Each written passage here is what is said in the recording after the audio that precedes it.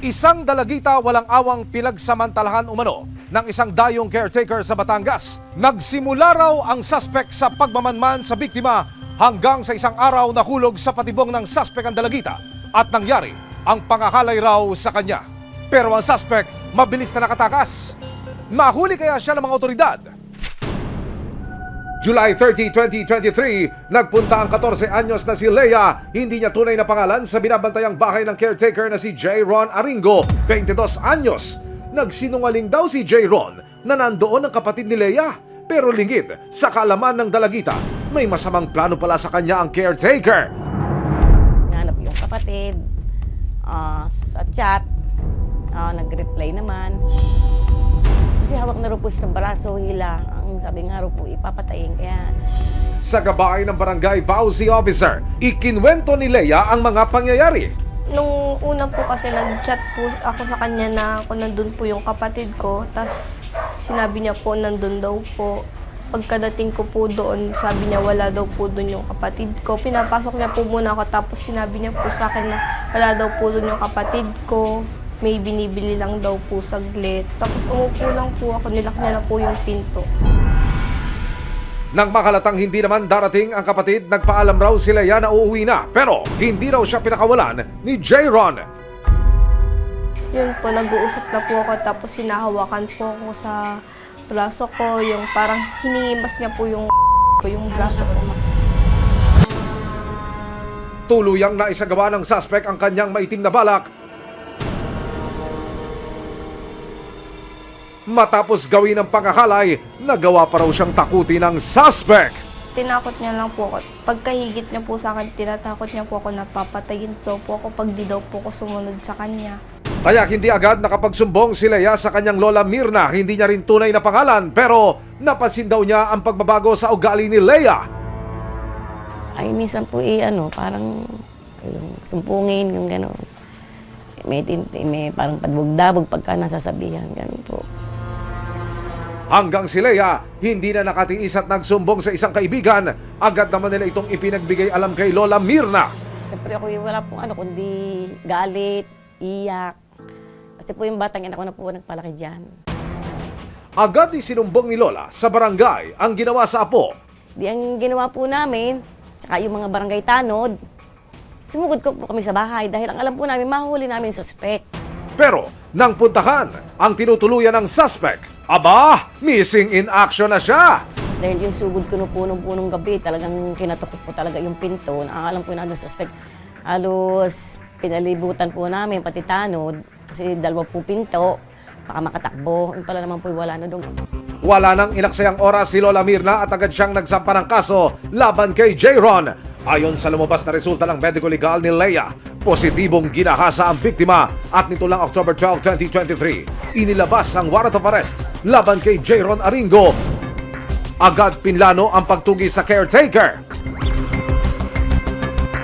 Isang dalagita pinagsamantalahan umano ng isang binatang dayo sa Batangas. Ayon sa lumabas na resulta ng medical legal ni Leia, positibong ginahasa ang biktima. Ito rin ang ginamit na resibo upang maisampa ang kasong rape laban kay J. Ron Aringo. Tinakot niya lang po ako. Pagkahigit niya po sa akin, tinatakot niya po ako na papatayin daw po ako pag di daw po ako sumunod sa kanya. Yan po, 4 years old pa lang iniwan ng ina. Inaaw ko po mga yun sa hirap. Kaya po, malamang ang galit ko. Hindi po namin sila pinababayaan. Kung saan man po yung lakad na pupunta, naroon po ang presensya ko. Naroon po ang presensya ng aming service. At nito lang October 12, 2023, ibinaba na ang warrant of arrest laban kay J. Ron. Dito na umaksyon ng PNP, Criminal Investigation and Detection Group, Detection and Special Operations Unit o CIDG-DSOU. Ayon sa CIDG-DSOU, top 2 city-level most wanted ang suspect na si J. Ron. Colonel, papaano ho nakarating sa inyo yung warrant of arrest? Saan ho nag-ugat itong police operation na ito, sir? Isang confidential informant na lumapit sa ating opisina. Binigay niya lahat yung mga detalye. Binirify natin sa ating e-warrant system yung pangalan. Doon, lumabas na may existing na warrant of arrest yung ating accused. Ayon sa nakalap nilang tip mula sa isang asset, nagtatago raw si JR sa isang apartment sa Quiapo. Wow, kuya! Magdasal ka na! Lipad na dito sa may kaliwa. Pag may nakita tayong bakery, dyan na yan. Dahil gagalugarin niya ng mga otoridad. Paano nyo natuntun itong suspect mula po sa Batangas City? Paano nyo siya sinurveillance at paano nyo nadiskubre na narito po siya sa lungsod ng Maynila? Bali, ito ay mga 2 linggo lang namin minalmanan dahil Oo. bago pa yung warrant of arrest. Nahirapan ba ang tropa? Hindi naman dahil siyempre may confidential informant tayo. Oo. So may nagpipid ng information. Kaya naman itong November 8, 2023, pinuntahan na ng mga operatiba ang itinurong bahay ng suspect. Minadmanan ng mga otoridad ang lugar. Kung positive, babalikan kita. Oo, hindi wala. Ilang saglit pa, biglang lumabas ang suspect na caretaker. Huli ka, kuya! KDD Kamprani lang. Ha? Alam mo naman siguro na. Apo. Alam mo ba ang pag-iingat sa mga ganitong pwede ka rin magkaroon ng kaso, pwede ka rin makulong. Habang nagpapaliwanag ang operatiba, si J. Ron biglang may isiniwalat. Aware naman po ako. Sa akin naayos naman po. Nakipag-ayos na rin po. Ngayon nakipag-ano na rin naman po sa akin. Ngayon okay naman po. Paliwanag naman ang kinakasama sa bahay ng suspect. Wala raw siyang alam sa kaso ng binata. Hindi ko nga din ba? Idiniretso sa PNP CIDG DSOU si J. Ron.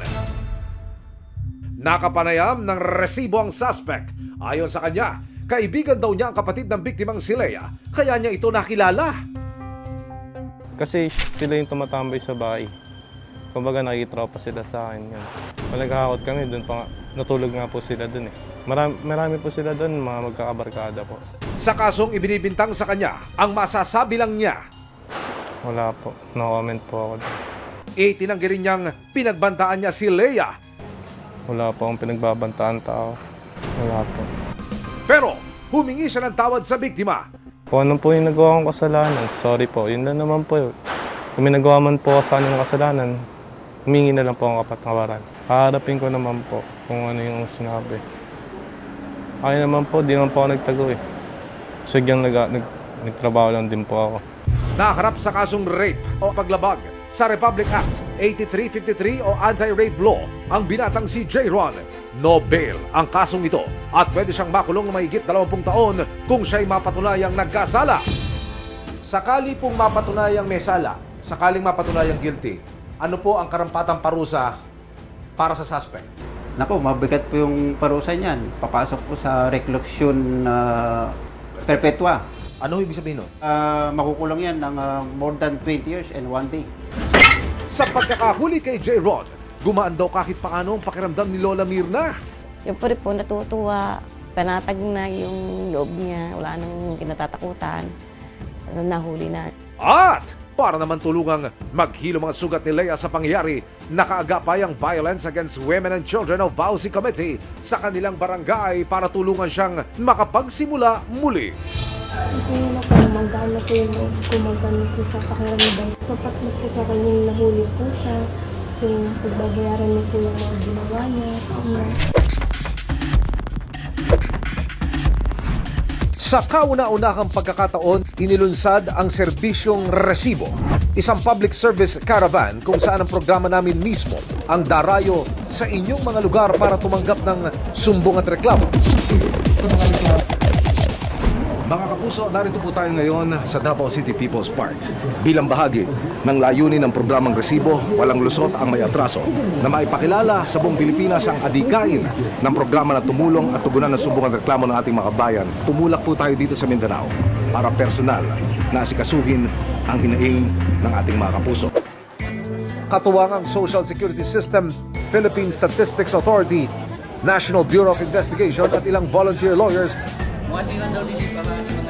mula sa Davao Lady Lawyers Association o DALAS. Pahigit 100 kapuso ang nakiisa at nabigyan ng payong legal at natulungan ng mga nakilahok na government agencies. Isa sa mga dumayo sa serbisyong resibo, si Tatay Armando. Hindi mapigilan ni Tatay ang maging emosyonal habang ikinukwento sa akin ang pag-ghost sa kanya ng taong may atraso sa kanya na 39,000 pesos. Kasi matagal na yung utang na yan. Hindi niya ako nabayaran. Kailangan ko yun. ang pera. Kasi na-stroke ako. Sa tulong ng ating volunteer lawyer, binigyan ng payong legal si Tatay Armando kung paano niya makukuha ang perang nararapat para sa kanya. Pasalamat ako sa GMA.